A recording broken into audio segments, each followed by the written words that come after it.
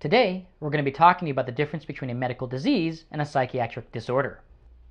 You probably know someone who's been diagnosed with a mental disorder like ADHD, bipolar, or depression. The psychiatric pharmaceutical industry says stuff like mental illness is the same as a biological illness like cancer or heart disease. Really? Let's take a closer look. Cancer is certainly a disease. It can be shown with blood tests to exist in the body as abnormal cell growth. Diabetes is definitely a disease.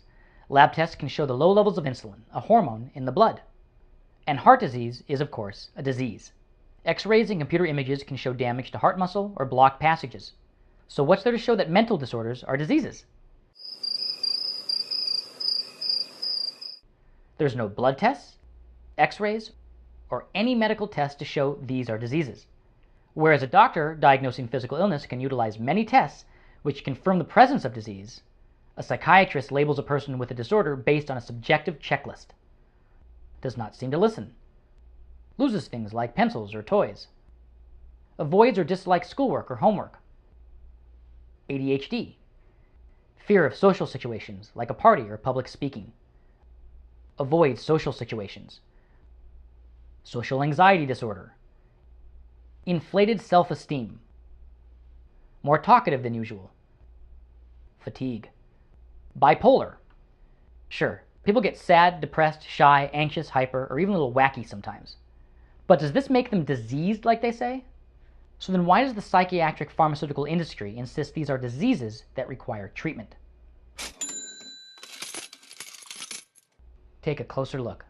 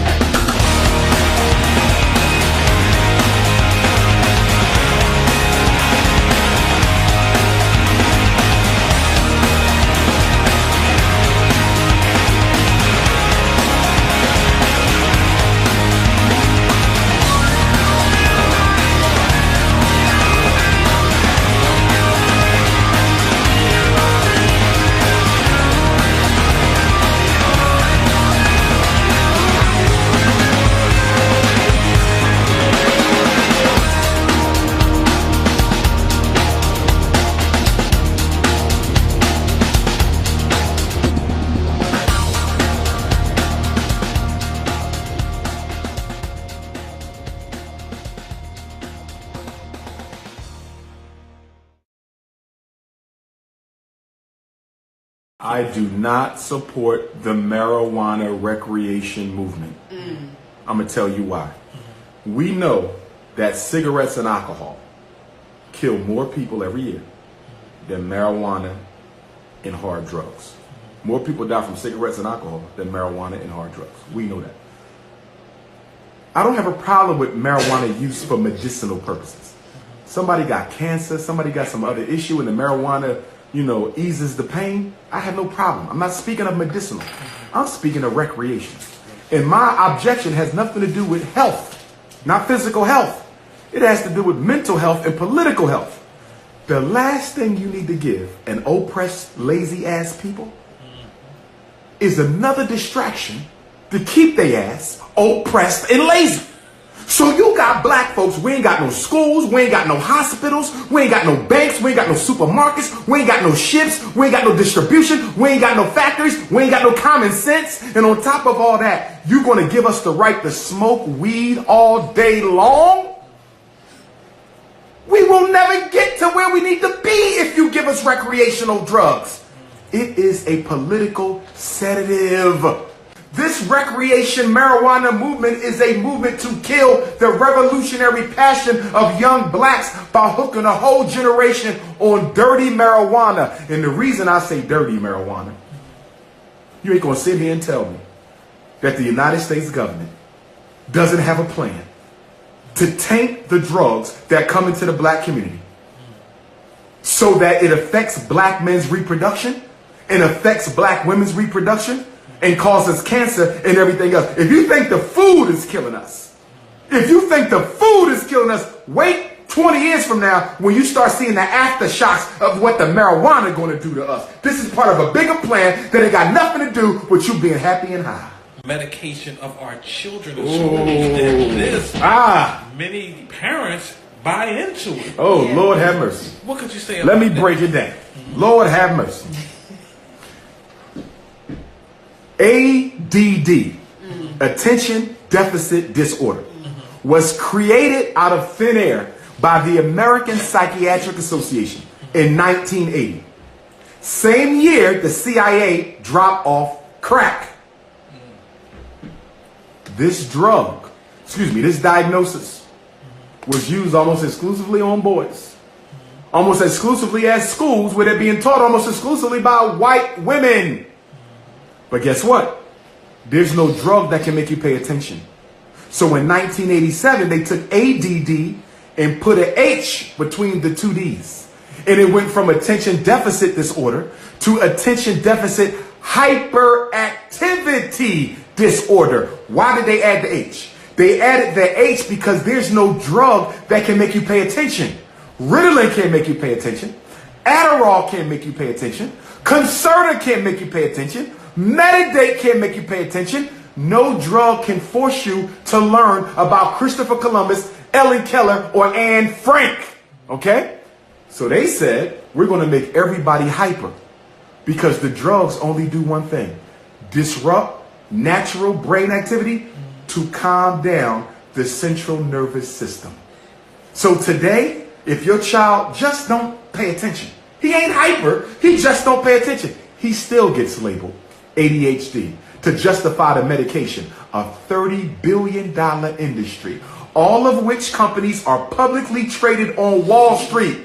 Listen, there is no mental health in America. There's no mental health. There's only mental hustling in America. They make up labels because the labels equal money and it equals stock return for their investors. Here's the question I got for white America.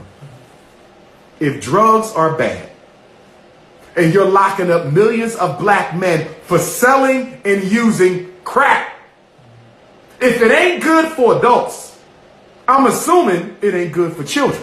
So why is it that you will lock up a black man 5, 10, 15, 20 years for selling crack, but you will take the same crack that sent his father to prison and you will give it to his son right here in the public schools of Philadelphia and call that crack Ritalin, call that crack Adderall, call that crack Concerta, call that crack Metadate, call that crack Cycler, and give it to the boy whose daddy got locked up for selling it?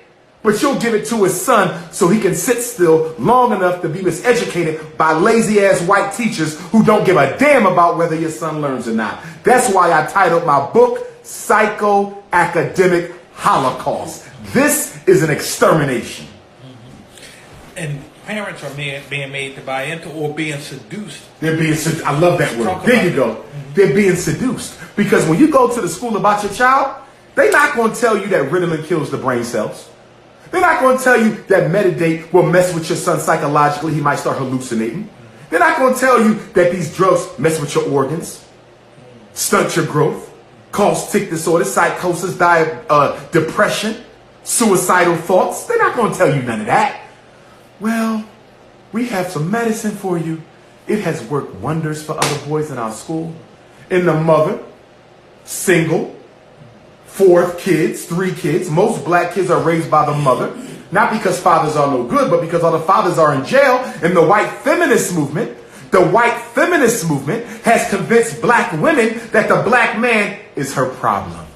So not only is the father not there because the white man disadvantaged him, the white woman tells the black woman that he's a lazy, shiftless Negro and don't have a job because he don't want to work. And they say, instead of worrying about these black men, go get you a nice white man like Senator Kamala Harris wants to do with the White House. Put a white man in front of our black daughters and say, hey, you don't need black men anymore. Come get a white one. Just like the Meghan Markle marriage to Prince Harry. Same thing, selling black girls white men. And it's all in the favor of what? Destruction of the black family. And the moms don't know. But here's what happens. They give into it because they think it's going to help, right? And it does. He now sits still, but he's also sleeping all day. You follow me? All day. Now he ain't learning. Now he don't want to eat, or he overeating, gaining too much weight, losing too much weight. Now the mother says he ain't taking that no more. Then guess what the school does?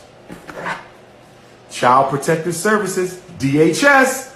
I would like to make a report. We have a young man at our school, 8-year-old Randy Jackson. He's been diagnosed ADHD. He's been prescribed Ritalin and Concerta. And we found out today from him, because we don't teach our kids to keep their damn mouth shut. We found out from little Randy that his mother hasn't given him his medicine in over 2 weeks.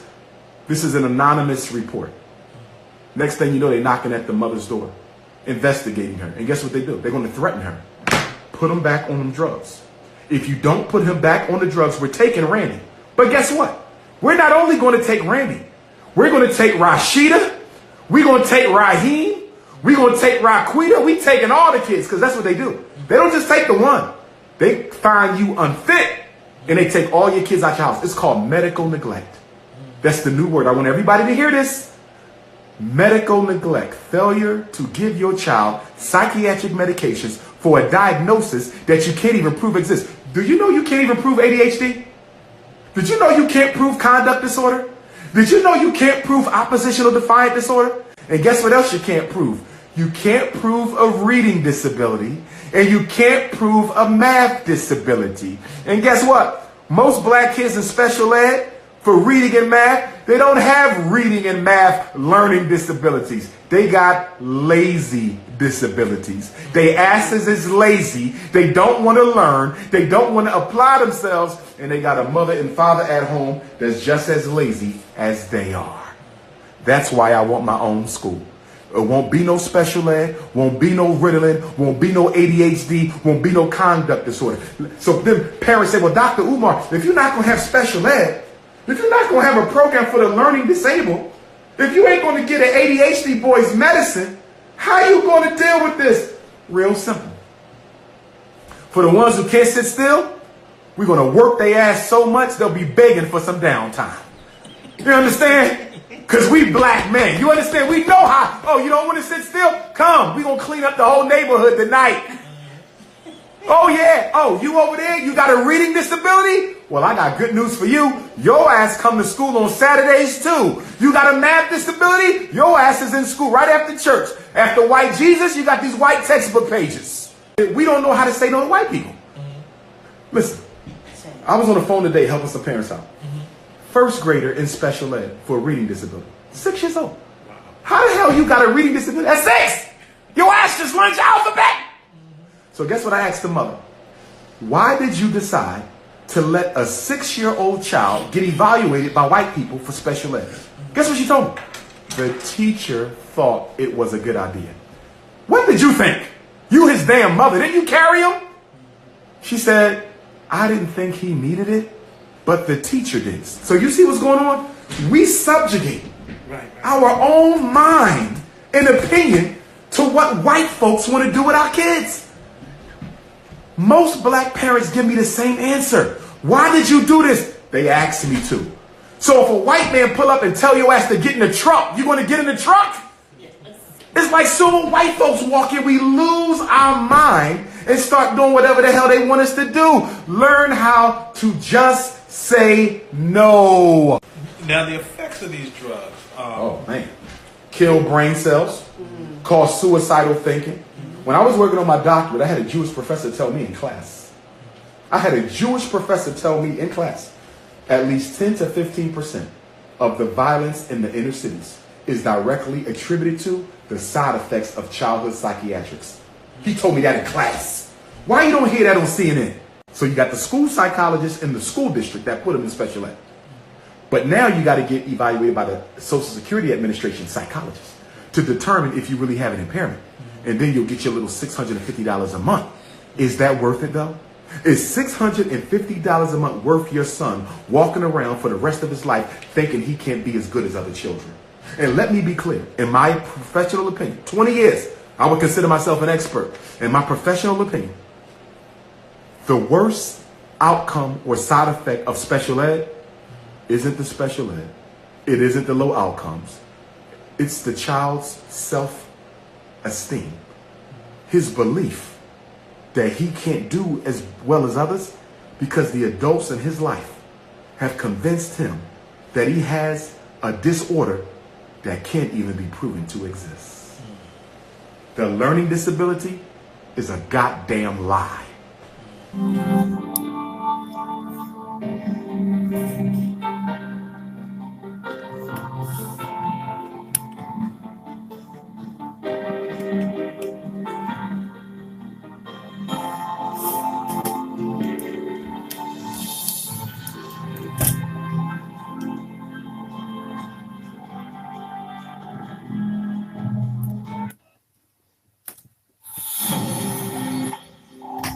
Every 40 seconds, someone is involuntarily committed to a psychiatric institution.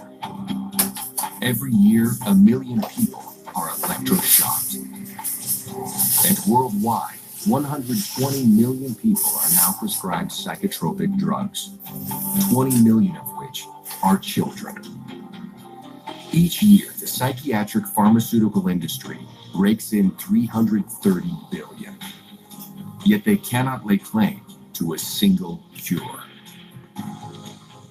But protecting the public from lethal psychiatric practices and defending the rights of its victims is the Citizens Commission on Human Rights. It all began in 1969 with the case of one Victor Ghiori.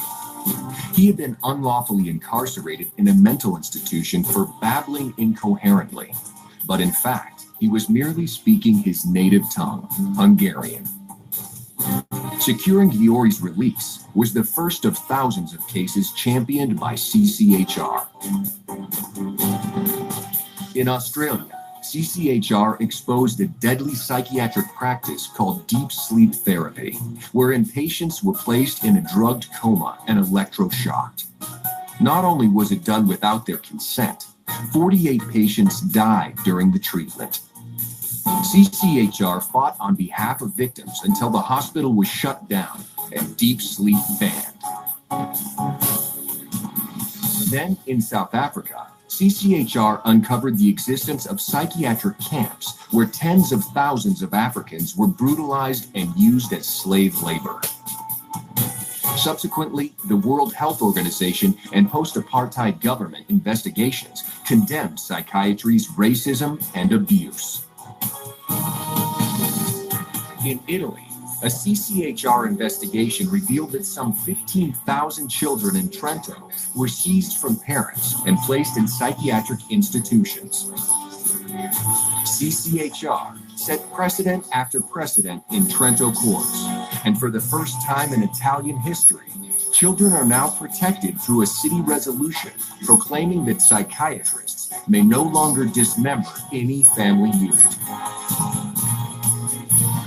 Then again, in Japan, CCHR exposed patient abuse and the financial crimes of psychiatrists and hospitals defrauding the government and taxpayers out of millions. The guilty were convicted and patient protections implemented.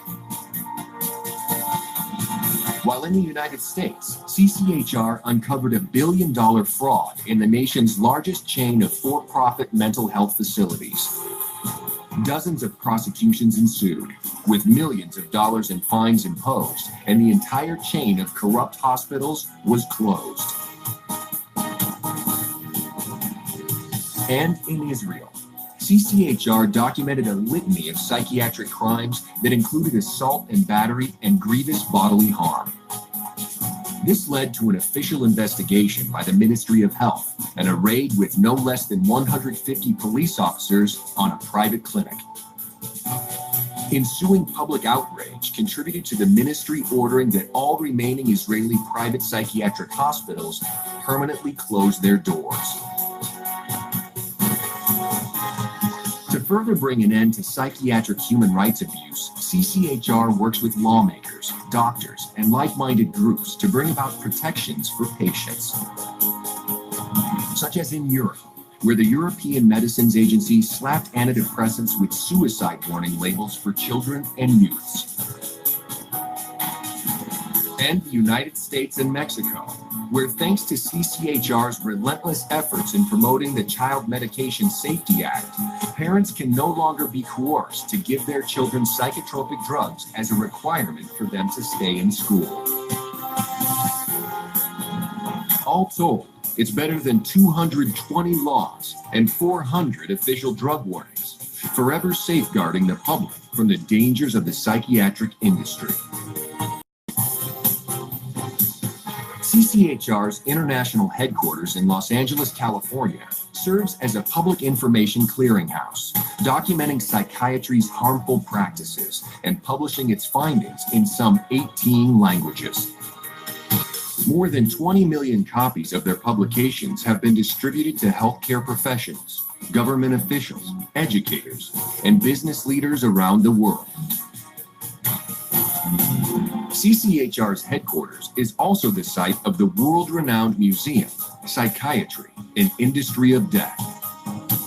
Centered around 15 documentary films, the exhibition presents the unvarnished history of psychiatry, from its origins and practice of putting the mentally ill in cages to the present-day mass drugging of society as the cure for invented mental disorders.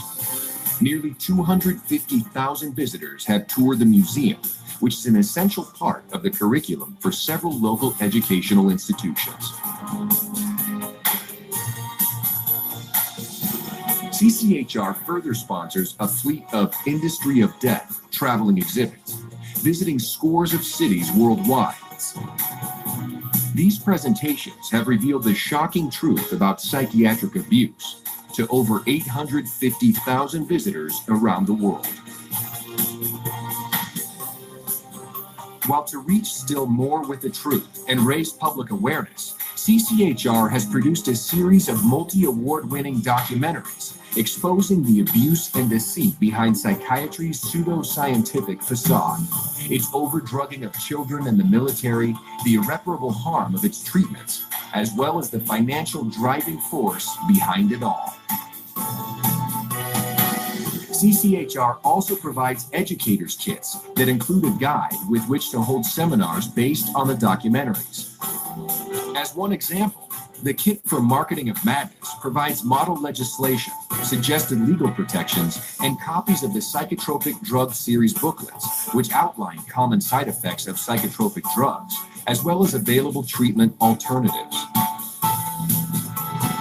All told, CCHR documentaries and public service announcements have appeared in print, on the airwaves, and across the internet, informing millions with the facts about psychiatry and psychotropic drugs. Wherever human rights are abused by mental health treatment, CCHR is there, blowing the whistle on psychiatric crime, establishing protections for those in distress, and educating the public on the truth behind and alternatives to the unworkable and dangerous practices of psychiatry. Thousands from every faith and walk of life have joined in the fight against psychiatric human rights violations. It is a fight that will continue until psychiatry's abusive and coercive practices cease, and human rights and dignity are returned to all.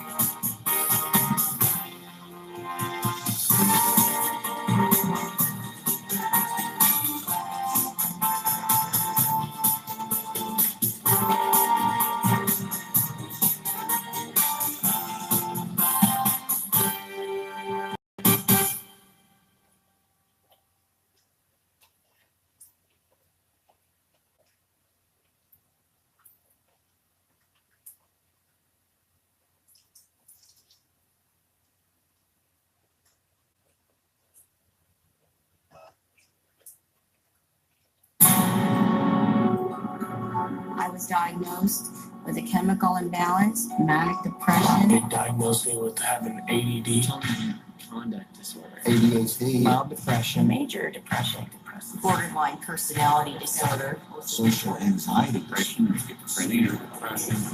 disorder, identity problem disorder.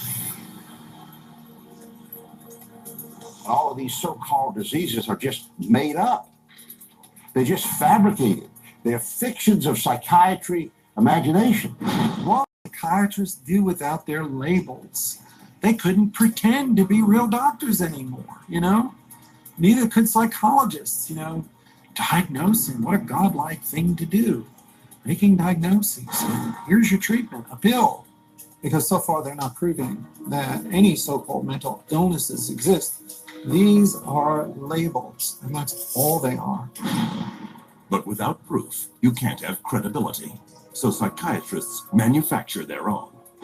It's based on a grab bag of checklists for disorders that are published in a book called the DSM, which is the Diagnostic and Statistical Manual. There are no statistics in this book, by the way. That just makes it sound more scientific. They create this question of disease, and they get together and vote. Is this a disease? All in favor? Aye. The American Psychiatric Association is the publisher and owner and wealthy owner of DSM. They've made a great deal of money on DSM. Since the first edition of the DSM, the number of mental disorders voted into psychiatry's diagnostic manual has grown to 374. And with each new disorder, psychiatrists create yet another way to defraud the public. If you have 27 ways to bill in DSM, that's 27 ways to bill. If you have 300, that's 300 ways to bill. So you can pretty much find anyone on the street that could fit into a DSM somehow. When you build insurance companies, you can't say the word. You've got to send a number. And they have numbers for the most ridiculous things. You know, like arguing with your mother or peeing in the bed. Adolescent rebellion disorder is an official psychiatric diagnosis.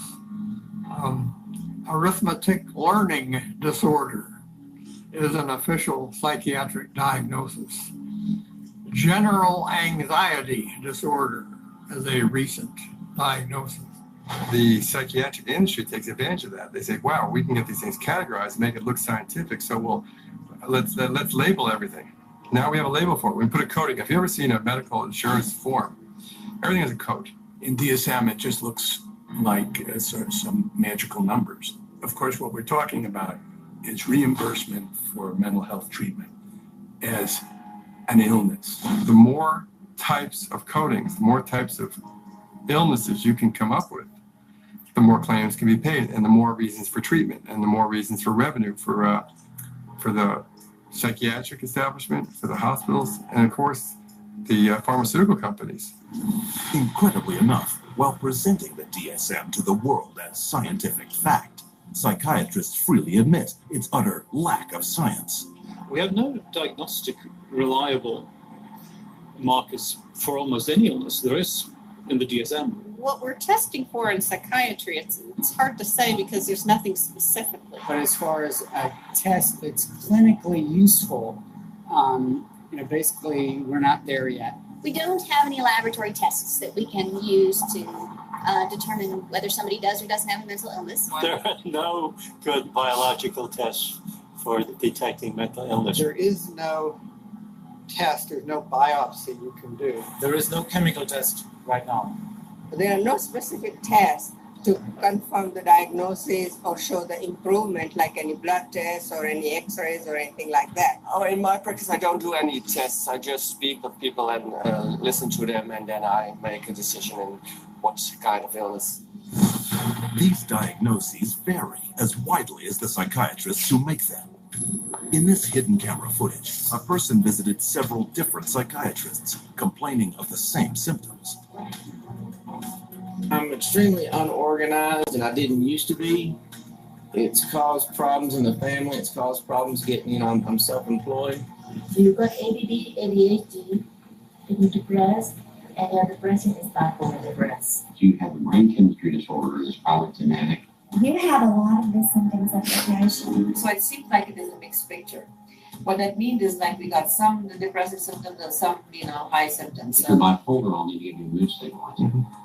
We don't know how to consider low-grade bipolar. You are more of the ADD and ADHD. And as far as medications for depression, because I would recommend that you start a medication, which are Zoloft, Paxil, Celexa. Usually propylene XR is pretty good. I give you some Lexapro in the morning and some trazodone at night. Lamictal is a better medication for that. It works on your depression also. But the treatment for any bipolar cycling is the same. The lithium, Remeron is another one. Zerodol, trazodone, Wellbutrin, Lexapro, Lamictal, Equadroid, Depakote, lithium, and you may need an antidepressant also with Lamictal. We don't know if I give you a medication if it is going to work or not. To a certain degree, it's trial and error. You never know if it's the right drug. How many people have I cured? Well, there are no real cures right now in psychiatry. I have cured none of my patients. We're always challenged by our lack of knowledge. In fact, we don't know what the causes of mental illness are. Most mental illnesses, we do not know the cause. Of course, it would be nice to know exact reasons of disorders, but maybe in the future. I'm the Director of Research at the American Psychiatric Association. We don't know the etiology of really any of the mental disorders at the present time.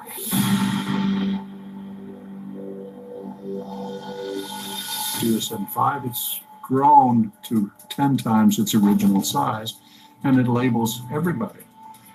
I could find 5 diagnoses that would fit you or anybody else in there.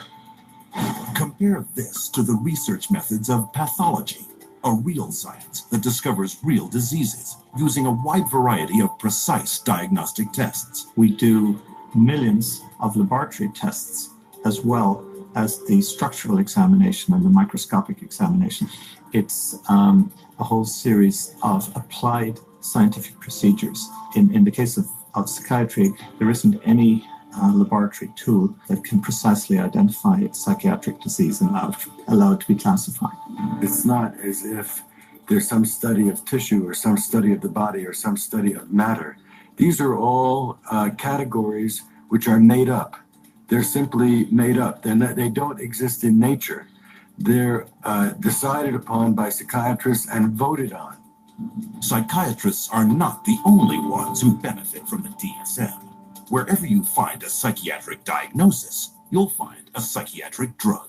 The pharmaceutical corporations now contribute enormous sums of money for the education of psychiatric residents and for the support of research by their professors, so that psychiatry today has become in America, has become very largely learning which drug to use with which disease or disorder. This to me is completely unethical, untenable, unacceptable for this to occur. The web of money is all over the place. It has compromised psychiatry, and now it's compromising psychology. And worst of all, it's compromising the patients. In 2006, a study revealed that 56% of all psychiatrists deciding what disorders to list in their diagnostic manual had financial ties to drug companies.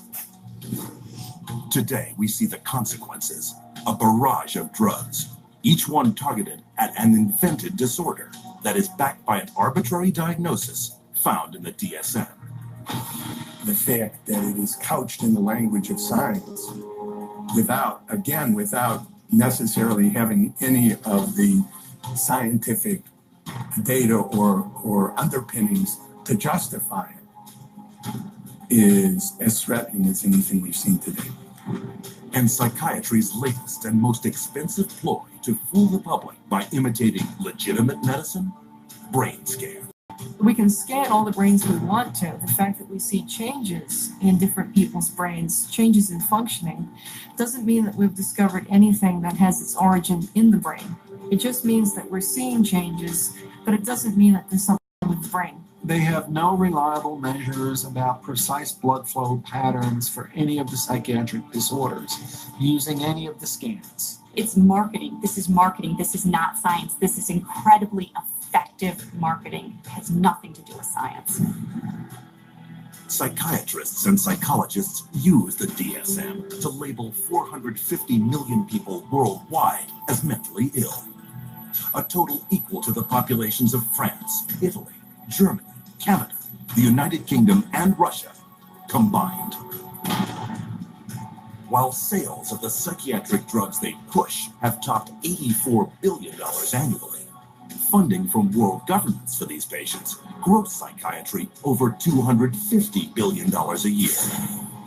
And much of this money comes from the diagnosis and drugging of our most trusting and vulnerable.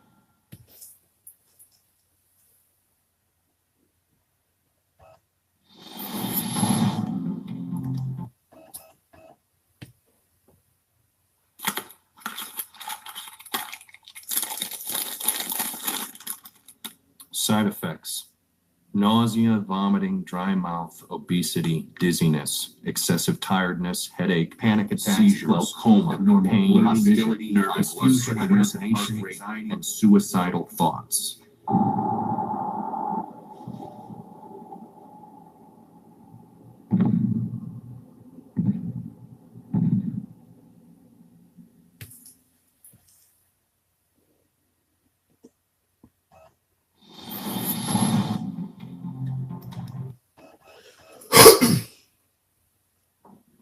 What are drugs? Toxic. What else are they? Dangerous. What if they say they're safe? No. What if they say you're going to feel better? No. So what are you going to say when someone says you need to take drugs? No.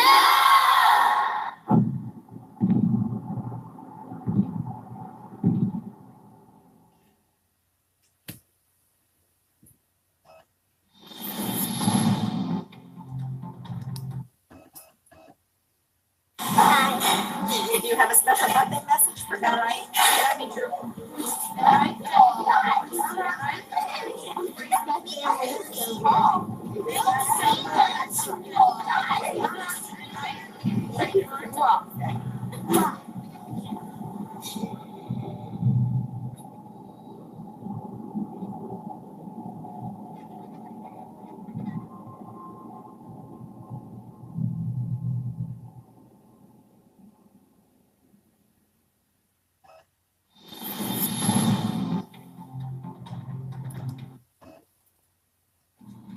In your son's situation, I would recommend that we go with medication. This is what I go through, y'all. These side effects include mania, aggression, hostility, psychosis, homicidal ideation. At least 8 of the recent school shooters have taken these. Let's see. Got Springfield, Oregon school shootings, the Red Lake, Minnesota school murders, and Columbine massacre. But it's really up to you.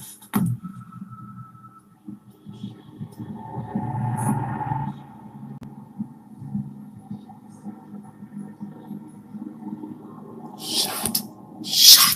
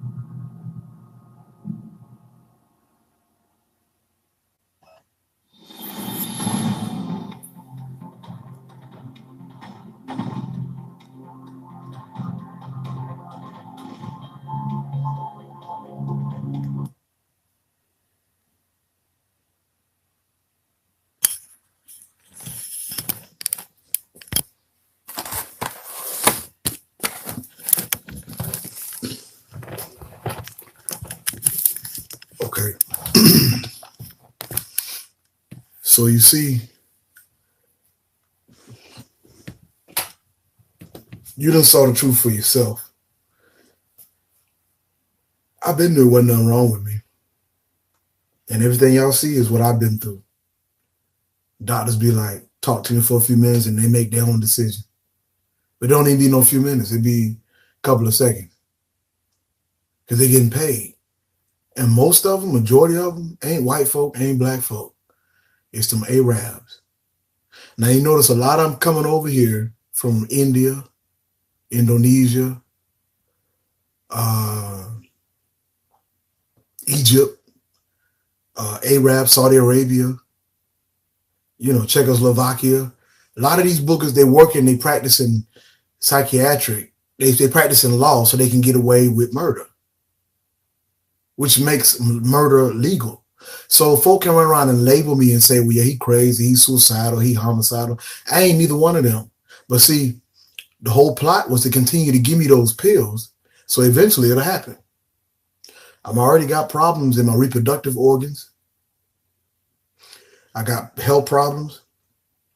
I got pericarditis. I shouldn't be taking this stuff for pericarditis.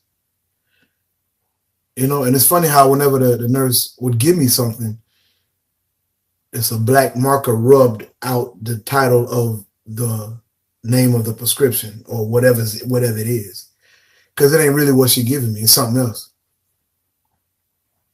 Look, y'all can point the finger and say this, that, and the third and say I'm still lying. But if you still think you're getting away, like I've been telling y'all, it's going to get real scary in a minute. Because see, Barbara Thomas know more than what she's talking about too. I ain't speaking evil of her. I'm not. But she said it's some money owed to you, Rod. Some money owed to you. You see people on here talking about they was highly emotional or they was talking too much or whatever, or they got a label for everything. They got a diagnosis for everything, but there was no test done. No test. How can you go to the hospital and get tested for HIV? You can get tested for a common cold or syphilis or gonorrhea or any type of STD. You can go get tested for high blood pressure, high blood sugar, diabetes, gout. You know, all these medical stuff that you can go to the hospital right now and get tested for, and it will let you know proof of what you're dealing with according to the labs. You heard that lady say that one of them said that there's no labs. You can't do blood labs and get a result for mental instability. Now y'all tell me why the Social Security. Look, I ain't gonna. Should I say that, Father? Look, I'm not crazy because I say should I say that, Father. That's my freedom of religion, which was started this whole thing in the first place. Oh, it was probably beforehand, because I've always been labeled the black sheep. But this is what came into play to make it look like I was really cuckoo, but I'm not, and you know I'm not. Y'all know I'm not. All y'all, all across the CSRA, all across America, y'all know who I am. But guess what's finna happen? Guess what's finna happen? You saw that for yourself. The exact same thing them people that spoke about, whether it be on the doctor side or patient side or the people who made this documentary, is what I've been going through. The examples of different doctors and what they had to say. The medicines, the different labels. I've told my therapist and everybody else the same thing. They ain't doing nothing but getting paid. It ain't real. It ain't real. Now, y'all continue to lie on the man of God if you want to. You're going to jail. If you don't stop, you're going to hell. Especially the church. Because you're getting rich off me.